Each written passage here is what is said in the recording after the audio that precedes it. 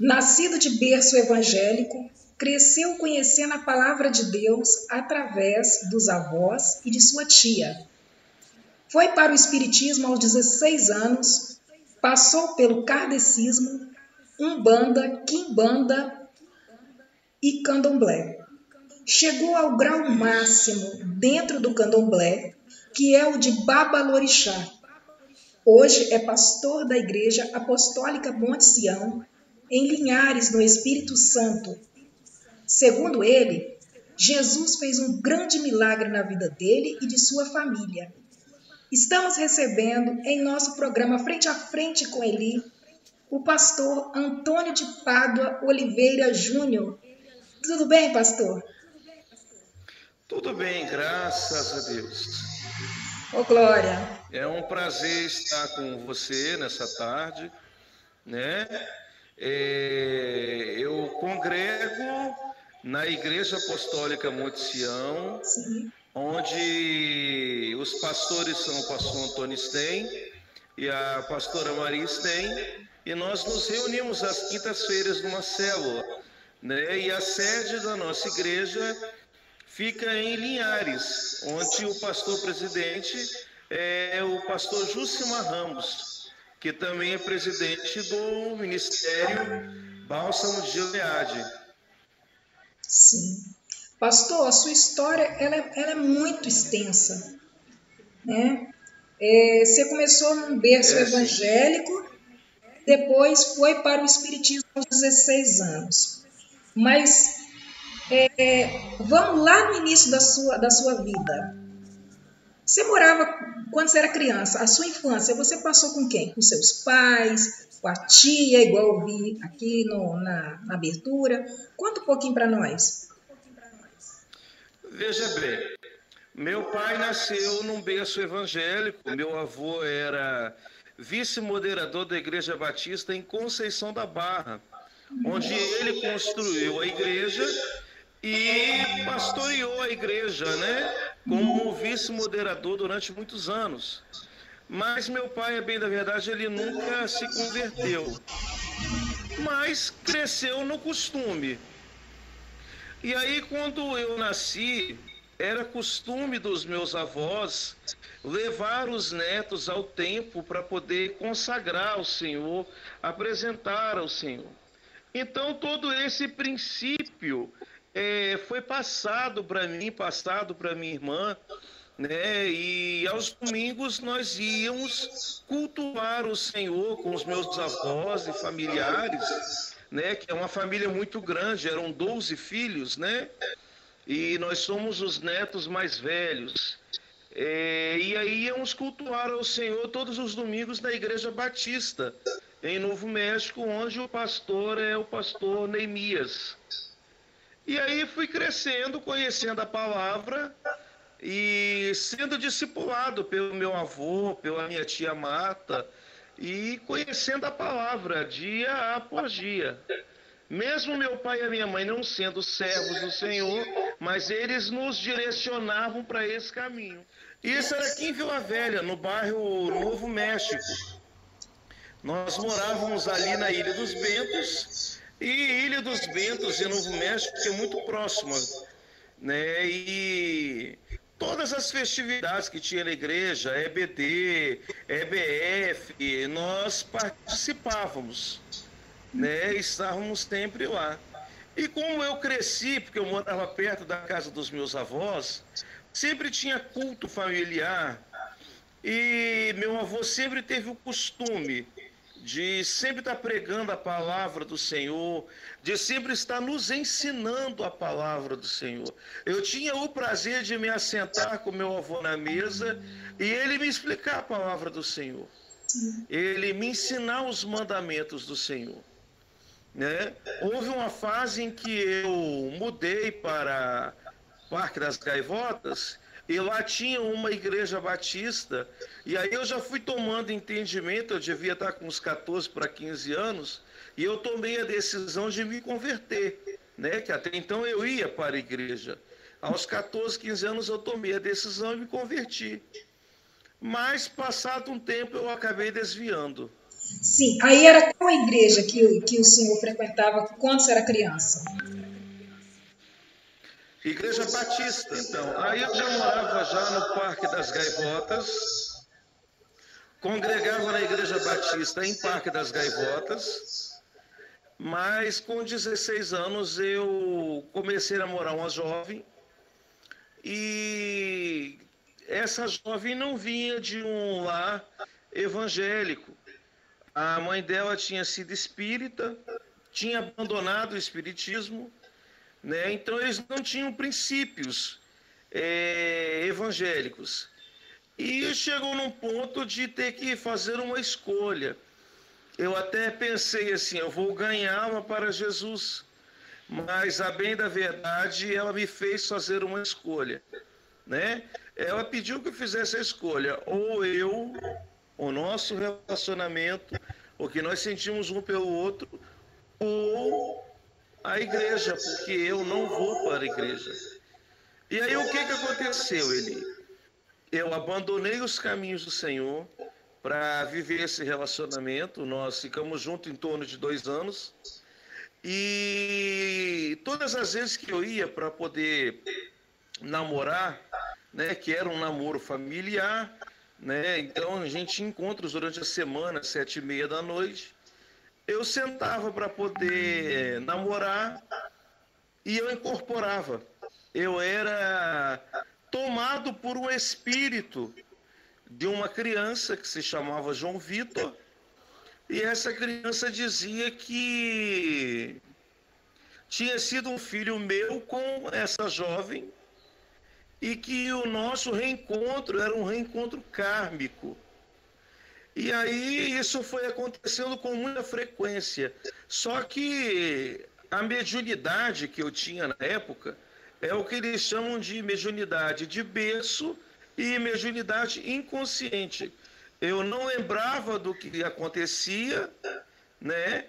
E mediunidade de berço porque os meus antepassados, por parte da minha mãe, tinham tido envolvimento com o espiritismo. Então, alguém precisava levar à frente aquela missão, vamos se dizer assim, né? E aí, o que acontece? Eu sempre incorporava. E aí eu passava a incorporar em qualquer lugar. Incorporava dentro de casa e virava, né? Que esses demônios, quando tomam a gente, transformam a gente, né? E aí essa entidade que se chamava João Vitor passou a se chamar Joãozinho da Praia, e eu tinha um comportamento de criança e aonde eu ia muitas vezes, e se tivesse festa, tivesse doce, aí é que eu incorporava a mesa e passava até vergonha. E aí um belo dia essa jovem me fez um convite. Vamos a um grupo de oração. E aí, como eu era evangélico, eu pensei, oração nunca é demais. E na verdade era um centro espírita. Quando eu cheguei lá, já tinha começado a sessão, era um centro espírita de Umbanda branca, né? O que é isso? É uma Umbanda misturada com kardecismo. Eles faziam trabalhos de mesa, estudavam os livros de Allan Kardec, mas também cultuavam o lado da Umbanda. E assim eu acabei me envolvendo com o espiritismo, e chegando nesse lugar, a entidade que estava incorporada no chefe do terreiro me chamou para poder ir tomar um passe. E eu estava sentindo pânico daquilo, porque eu nunca tinha entrado num lugar como aquele. E quando a entidade olhou para mim e falou assim: Jesus está aqui. Aí tinha um crucifixo com o Jesus no crucifixo. E aí eu disse, não, Jesus não está aí, ele já saiu da cruz há muito tempo. E tinha as imagens em cima do altar, e eu falei, não, Jesus não está nesse pedaço de gesso. E aí ele pediu que eu fechasse os olhos e botou a mão na minha testa, e aí eu não vi nada. Eu incorporei, e aí passei a frequentar aquele lugar. Ai, Assim se deu a minha ida para essa umbanda branca, uma umbanda misturada com kardecismo. tá. Esse daí foi o princípio. Isso. Aí foi o princípio. Aham. Porém, era uma sessão ao mês. Sim. Mas eu tinha muita sede de conhecer tudo aquilo ali. Eu tinha sede de me aprofundar naquilo. E aí eu comecei a procurar outros lugares. Esse lugar que eu ia, as pessoas eram médicos, pessoas agradáveis, pessoas de um nível social até alto, né? Era um negócio até, não vou dizer elitizado, mas eram pessoas de bem, vamos colocar assim, né? E eu comecei a procurar outros lugares. Eu queria conhecer uma banda que tocava tabaco. Eu queria saber como é que era, porque eu fiquei encegueirado, porque isso dá uma sensação de poder. E aí eu comecei a procurar e conheci a Quimbanda. A Quimbanda tocava atabaque, fazia sacrifícios de animais, né? Adoravam os Exus, que eram os espíritos mais das trevas, que trabalhavam para fazer maldade para as pessoas, né? E eu recebia também um demônio que era dessa linhagem. Então eu fui me embrenhando nisso aí, até que conheci a Umbanda mista, que era uma Umbanda misturada com Candomblé. E aí eu fui mergulhando nisso. Cada vez mais eu fui me aprofundando. Nesse me aprofundar, eu cheguei no Candomblé. Você também chegou a fazer sacrifícios de animais, pastor Antônio? Fiz, aliás, vários sacrifícios de animais, né? Animais de pena, como galinha, como galo, e tanto animais de quatro patas, como cabrito, como cabra, né? A iniciação no Candomblé, ela é feita dessa forma. É um pacto de sangue, né? A pessoa, ela é tomada por aquela divindade e os animais são sacrificados e aquela pessoa é lavada com aquele sangue, né? Então, passei por isso, eu tomei banho de sangue, eu tive o meu corpo cortado de navalha, né? Sendo que eu passei por tudo isso, a minha esposa, ela já era iniciada no Candomblé, porque eu conheci o Candomblé através dela, foi ela quem me apresentou o Candomblé, né? Ela já tinha muitos anos de iniciada no Candomblé, e ela tinha um barracão de Candomblé junto com a mãe dela que tocava umbanda, né? Então eu fui viver com ela ali e fui crescendo naquilo ali, até que eu cheguei ao patamar de um babalorixá, né? Porque quando você inicia no Candomblé, você faz o santo, que é um processo de iniciação onde tem o sacrifício de sangue, onde você é lavado com sangue, você fica recluso 7 dias dentro de um quarto. No tempo em que eu fiz eram 21 dias, você comia de mão, não usava talher, e limpava a mão na cabeça. Quando tinha cabelo, limpava no cabelo. Quando não tinha cabelo, limpava na careca, né? E passava pelos banhos de purificação na madrugada. E aí, depois dos 20 dias, foi feita uma festa, e aí a divindade sai para que a sociedade toda conheça, né, que um noviço foi iniciado. E aí você tem a carreira, né? Com 3 anos, com 1 ano você renova a aliança, depois com 3, depois com 7, depois com 14, depois com 21. mas obrigatoriamente você tem que tomar até a de 7, onde você se torna um ebome, né? Um irmão mais velho. E eu tomei a obrigação de 7 anos e recebi o posto de Baba Orixá. Fui apresentado para toda a sociedade daquele meio como um Baba Orixá. Babá é pai em Iorubá. Babá é pai em Iorubá. O orixá, ou seja, aquele que cuida do orixá. Então, Baba Orixá significa o pai do orixá, ou seja, o famoso pai de santo, na tradução, trazendo mais aportuguesado, trazendo para o português, pai de santo, ou zelador de santo. Você passou por todas essas etapas no kardecismo, umbanda, quimbanda, candomblé, aí chegou a Baba Orixá, aí que você se tornou pai de santo. Justo. Isso. E como pai de santo, você também tinha o seu próprio terreiro? Oi?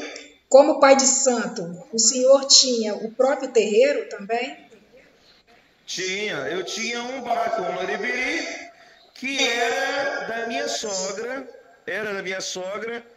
Ela morreu e quando ela morreu, ela nos fez fazer uma promessa que nós não iríamos fechar o centro. Né? E aí eram 2 barracões de candomblé.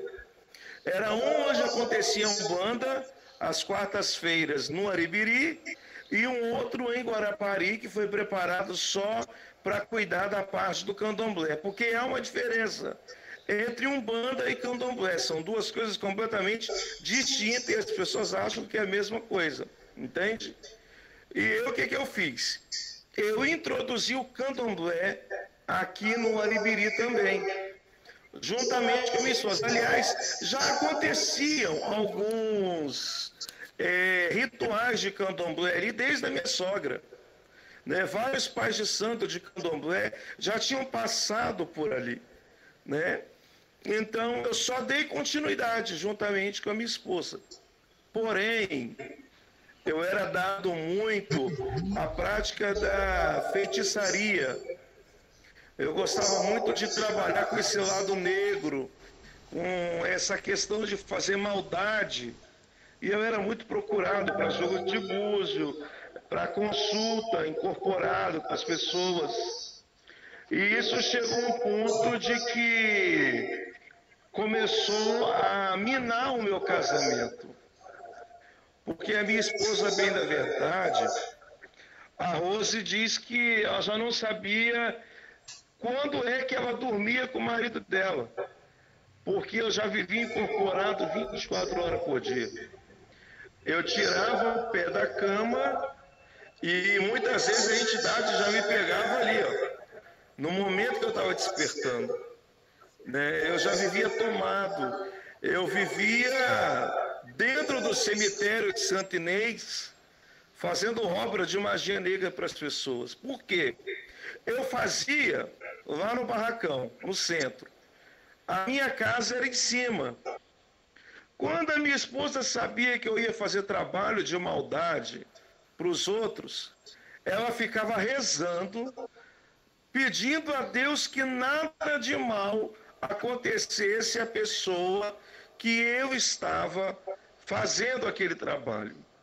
Então eu comecei a ver que os trabalhos começaram a dar errado. Não dava certo. Aí o que eu fiz? Para não ter problema, eu vi que ela fazia isso, eu comecei a ir para dentro do cemitério. E aí foram N vezes que eu ia para dentro do cemitério, incorporava lá dentro, fazia obra de magia negra lá dentro, passava o dia lá dentro muitas vezes. E eu fui só me enterrando. Mas eu te contei o lado negro de tudo isso aí. Sim. Eu contei tudo o que eu passei, né? Os rituais de iniciação, as obras de maldade. Mas eu quero contar agora o que Deus fez.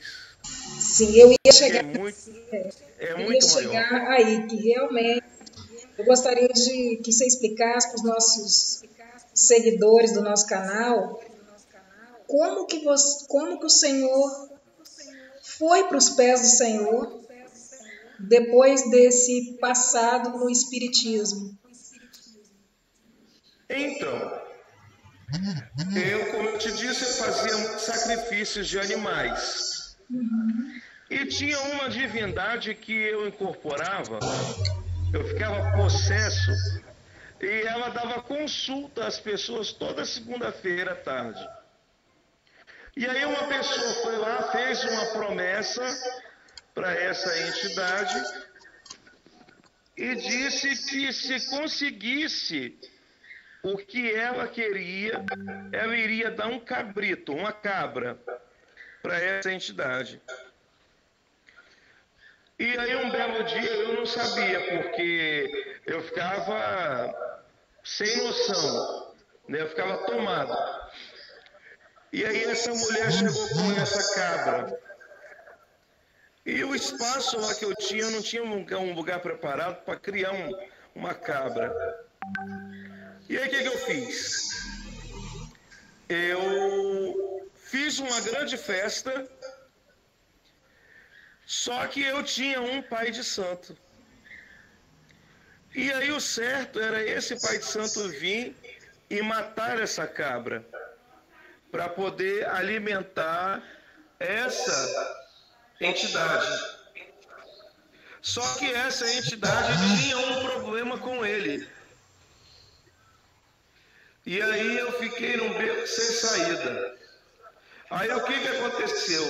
Marquei a festa e essa entidade incorporou em mim e ela mesma matou o cabrito, preparou o sacrifício todo e foi feita uma grande festa. A festa começou às 7 horas da noite e foi até o outro dia de manhã, 8 horas da manhã, porque depois da sessão espírita tinha os comes e bebes. Então se via-se um jantar e se via-se bebidas, né? E as pessoas ficavam lá bebendo e a gente virava à noite. E aí o que aconteceu? Esse pai de santo ficou muito enciumado, muito aborrecido. E aí ele começou a trabalhar contra mim. E aí o que ele fez? Ele disse que essa entidade se alimentou dessa cabra para me destruir. E dentro do candomblé você sempre tem alguém acima de você. Né? Hoje eu sou pastor e tem um pastor que está acima de mim, me dá cobertura. No candomblé não é diferente. E aí o que aconteceu? Esse pai de santo armou uma cilada contra mim. Ele preparou uma festa na casa dele, mandou me chamar, mas na verdade essa festa era para me envergonhar. Era para me constranger perante as pessoas. E aí o que acontece? Ele fez uma festa lá, eu não tinha medo. Eu enfrentei ele e fiz uma festa na minha casa no mesmo dia da festa dele. Qual foi o problema? A metade da sociedade desse meio ficou dividida. Ficou 50% na festa dele e 50% na minha. Só que no término da festa, o que aconteceu? Eu pedi água para o meu sobrinho, porque quando eu desincorporava, eu passava muito mal. E aí o meu sobrinho entrou na cozinha e foi buscar água. Quando ele trouxe água, ele falou no meu ouvido assim: tio Antônio, tá quebrando tudo lá dentro. Os copos estão quebrando lá na pia. Aí eu falei com ele assim: que quebrando o quê, menino? Não tem como o copo quebrar se ninguém jogar o copo no chão. Aí eu entrei na cozinha do barracão. Quando eu entrei na cozinha do barracão, o que aconteceu? Em cima da geladeira tinha uma travessa de barro com os inhames, cara. Essa travessa caiu de cima da geladeira. E os copos começaram a quebrar, os copos estouravam. E aí eu voltei para dentro do centro e as entidades voltaram novamente. E nesse interim, um jovem ficou desacordado. E eu já não sabia mais o que fazer, porque todos os rituais que eu podia fazer, eu e a minha esposa Rose fizemos. Banho de erva, benzimento, fizemos tudo. E esse jovem estava praticamente morto. E isso levou por volta de umas 3 horas. E aí eu olhei para a Rose e pensei, esse menino morreu, Rose. E isso vai trazer um problema muito sério para a gente. E aí o que aconteceu? A minha esposa falou assim, vamos dar uma massagem com álcool nele. No peito, no pulso, que ele estava sem pulsação, os lábios dele estavam brancos. E aí o que aconteceu? Não tinha álcool, usamos uma acetona. E nada do menino voltou. Qual a idade do menino?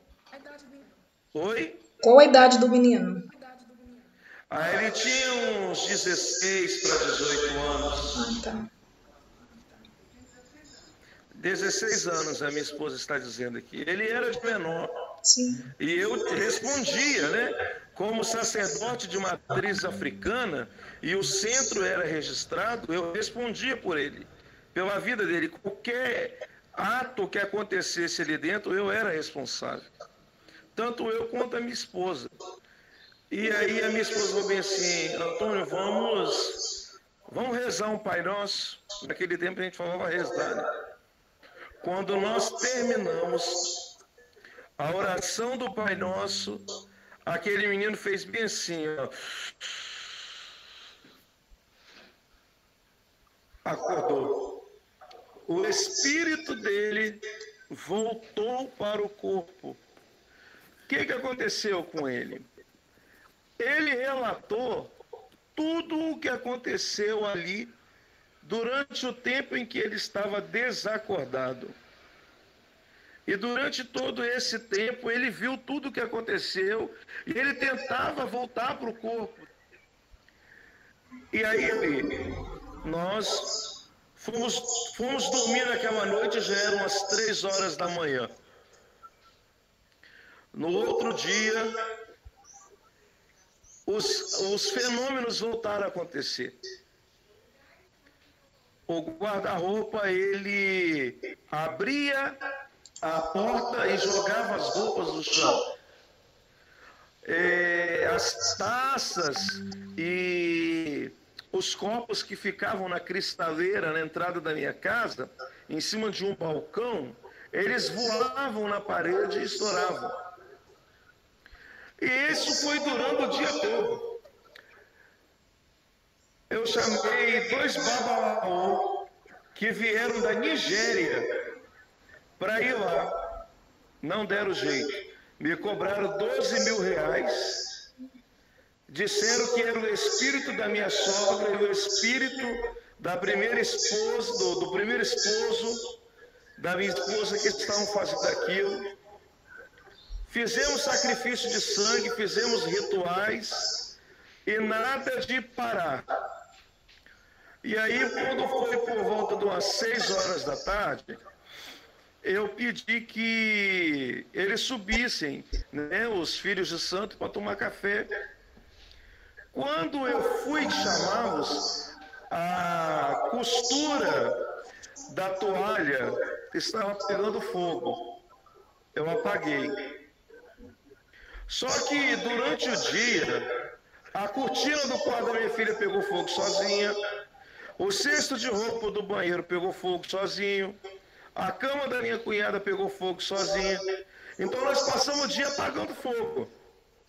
Quando foi 6 horas da noite que eu chamei eles me gritaram e disseram assim: Pai fulano, está pegando fogo aqui no quarto de baixo.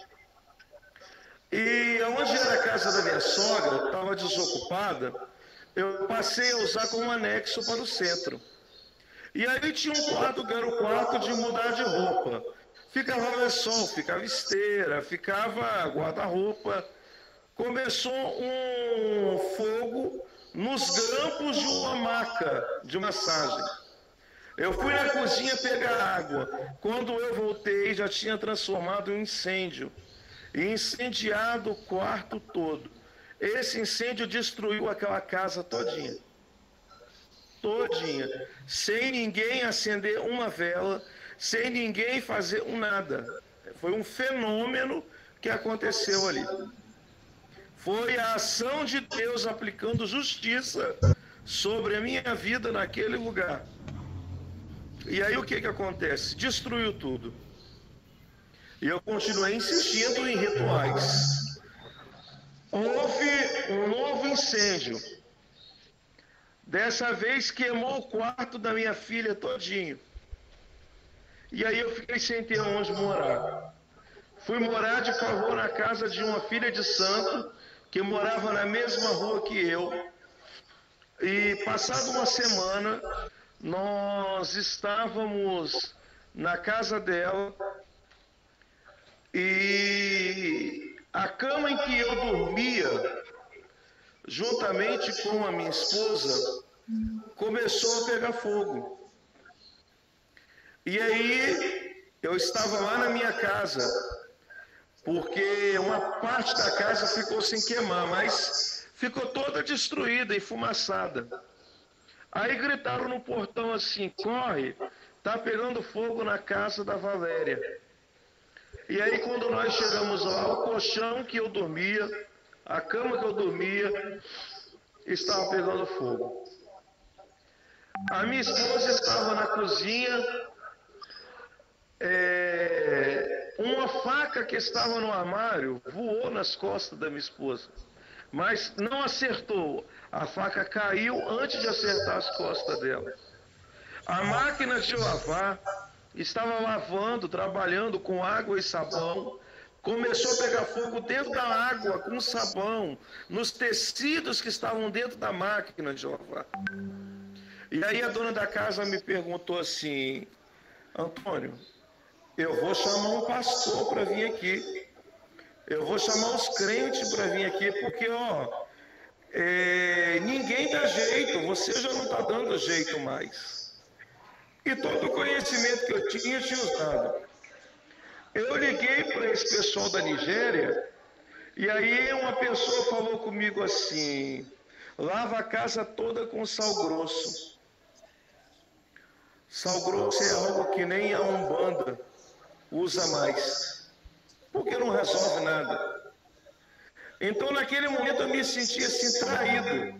Sabe quando cai o seu chão? Eu me senti assim porque eu tinha uma rotina. Segunda-feira eu cultuava tal divindade, terça-feira outra divindade. Cada dia da semana eu colocava oferendas. Eu tinha uma vida toda regradinha. E aí o que se passa? Eu me senti abandonado e traído. E aí nesse interim eu ouvi uma voz que me disse assim: é isso que você quer para a sua vida? Aí eu fui até a cozinha e perguntei: Rose, que é a minha esposa, você falou alguma coisa comigo? E aí a Rose falou assim: não, Antônio. Eu voltei para o quarto, pedi uma Bíblia, e eu tentava achar o Salmo 91 e eu não conseguia. Novamente eu ouvi uma voz que disse assim: meu filho, você vai insistir nisso? É isso que você quer para a sua vida? Aí eu comecei a chorar. Era a voz do Espírito Santo de Deus. E aí naquele momento eu falei: não, Senhor, eu não vou lutar mais contra a tua vontade, contra o teu querer, não vou. O Senhor quer que eu volte para a tua presença? Eu estou voltando hoje. Mas a tua palavra diz: crê no Senhor Jesus e serão salvos tu e os da tua casa. Acabou o incêndio, acabou tudo. A minha esposa se converteu, a minha filha se converteu, algumas pessoas que estavam ali se converteram. Chegou num total ali de acho que 4 ou 5 igrejas diferentes. Pessoas orando, cultuando ao Senhor. E agora em junho fez 7 anos que nós servimos ao Senhor.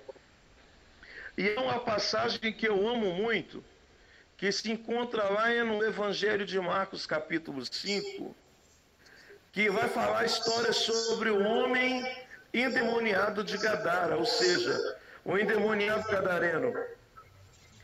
Quando ele vê Jesus entrando no barco, ele diz assim: eu quero ir contigo. E Jesus olha para ele e diz assim: não, volte para os teus e diga quão grandes coisas fez o Senhor por ti. E aquele homem saiu e começou a anunciar em toda a Decápolis, que é um conjunto de 10 cidades, todos nós sabemos. E aquele homem virou um grande missionário, um grande pregador do Evangelho. O que eu quero deixar para vocês nessa tarde é que só um caminho. Jesus Cristo é o caminho, a verdade e a vida. Sem Jesus não há salvação. Vida eterna sem Jesus é sofrimento, é padecer. E eu tive a alegria de ser alcançado pela graça, pela misericórdia. Hoje eu e a minha esposa somos servos do Senhor.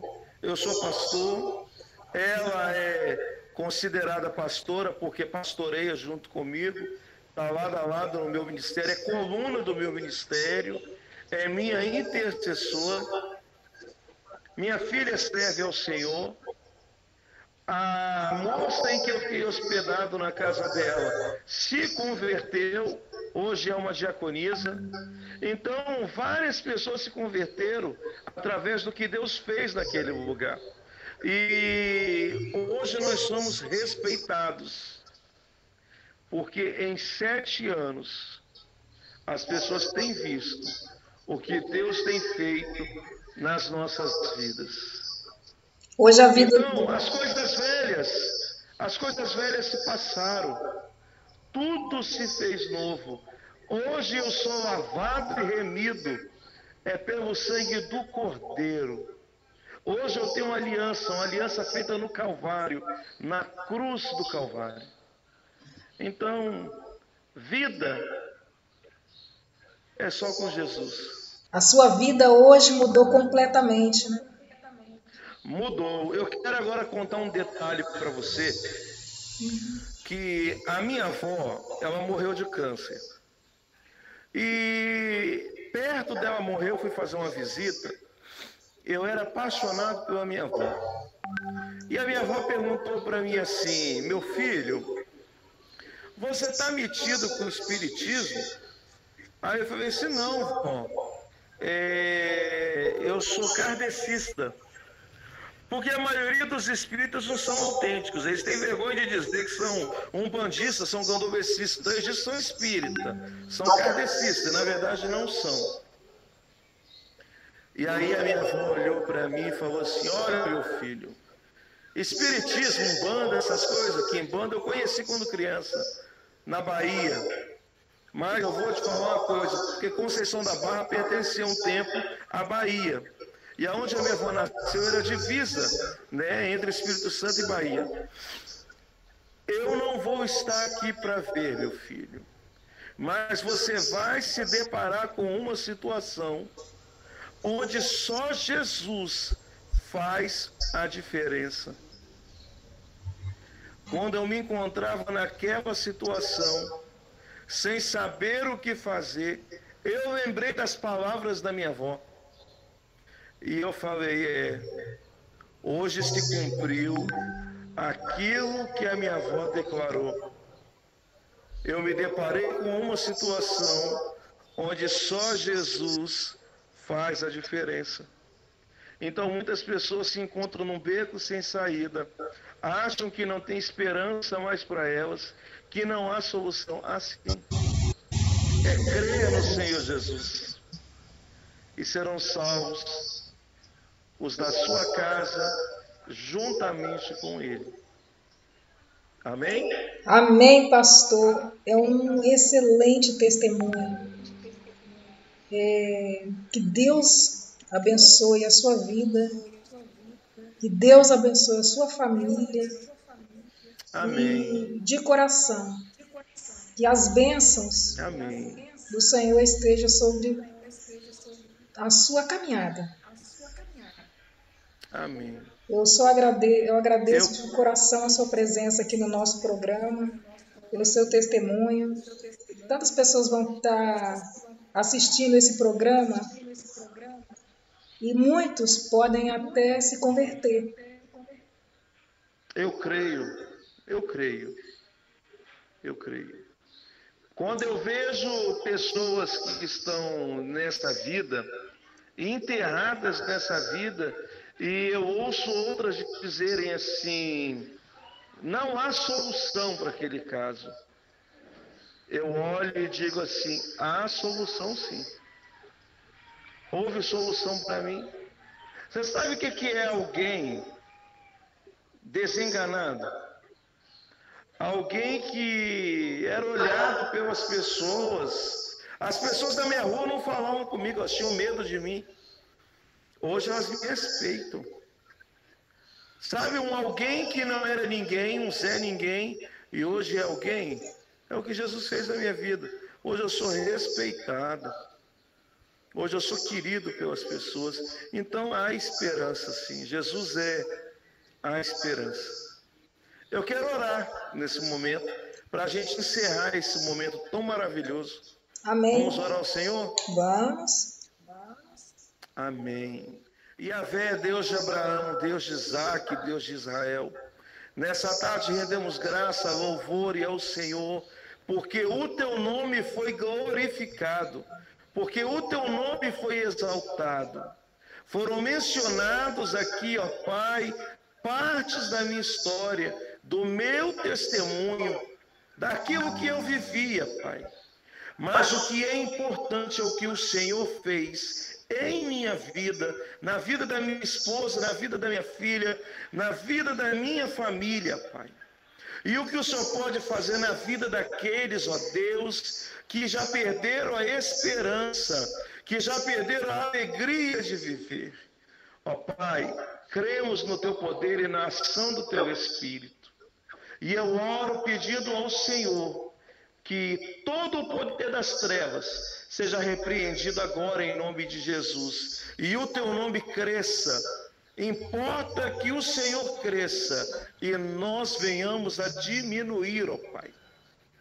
Abençoa a Tua serva, esse trabalho tão maravilhoso que ela tem executado com tanto prazer e dedicação. Eu declaro a Tua bênção sobre a Eli, meu Deus, sobre o seu trabalho. Eu a abençoo com vida, com prosperidade, com crescimento, ó Pai. Meu Deus, em nome de Jesus, este ano ainda, o Senhor a surpreenderá com algo ao qual ela colocou diante do Senhor e aguarda uma resposta do Senhor. E a última palavra vem do Senhor, não vem do homem. E a vitória está chegando para a glória do Teu nome. Eu oro ao Senhor no nome de Jesus. Amém, querida? Amém. Que programa mais lindo. É muitas bênçãos. Pastor. Tem resposta de Deus para você esse ano ainda. Amém. Graças a Deus. Eu também sou do Evangelho. Expansão, crescimento. Amém. Pastor Antônio. Fronteiras. Ô, glória. Amém, querida? Amém. Pastor Antônio, muito obrigado pela sua presença aqui no nosso programa. E você aí de casa, curta, comenta, compartilha. Se inscreva no nosso canal. E eu quero agradecer a todos vocês por ter ficado aqui conosco no nosso programa. Muito obrigada, pastor. Amém. E obrigada. A paz do Senhor. A paz do Senhor. E obrigada a você de casa que ficou conosco no nosso programa de hoje. Beijo, gente. Tchau, tchau. Tchau.